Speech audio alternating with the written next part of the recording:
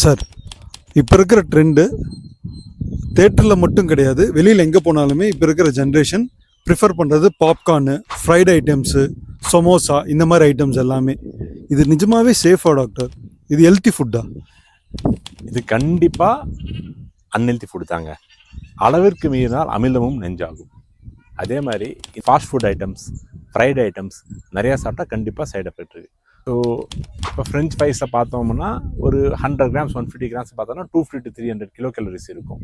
ஒரு ஜிலேபி பார்த்தீங்கன்னா 250 kilo calories இருக்கும். இந்த மாதிரி ஒவ்வொரு ஃபுட்டும் ஒரு கிலோ கேலரிஸ் இருக்குங்க. ஆவரேஜ் எனர்ஜி வருது.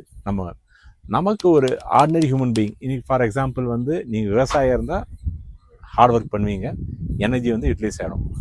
பட் நாம் வந்து இன்றைக்கி ப்ளூ கலர் ஜாப்ஸ் உட்காந்து ஒரு இடத்துல உட்காடுறோம். இன்றைக்கி பசங்க யாரும் ஆக்டிவிட்டீஸ் கிடையாது, ஃபிசிக்கல் ஆக்டிவிட்டி எதுவுமே கிடையாது.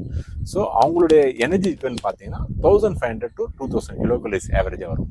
இது மீறி எக்ஸ்ட்ரா சாப்பிட்றது எல்லாமே ஃபிக்ஸட் டெபாசிட்டாக நம்ம உடம்புல எக்ஸ்ட்ரா சுகர், எக்ஸ்ட்ரா கொலஸ்ட்ராலாக படியுது. இந்த எக்ஸ்ட்ரா சுகர், எக்ஸ்ட்ரா கொலஸ்ட்ராலாக காம்பவுண்ட் இன்ட்ரெஸ்ட்டாக வந்து ஹார்ட் பிரச்சனை, ஹார்ட் அட்டாக்கு, கிட்னி பிரச்சனை, ஸ்ட்ரோக் இந்த மாதிரி வர வாய்ப்பு இருக்குங்க. சுகரும் வர வாய்ப்பு இருக்குது. ஸோ இந்த மாதிரி எக்ஸ்ட்ரா கேலரிஸ் அவாய்ட் பண்ணுறது பெட்டருங்க.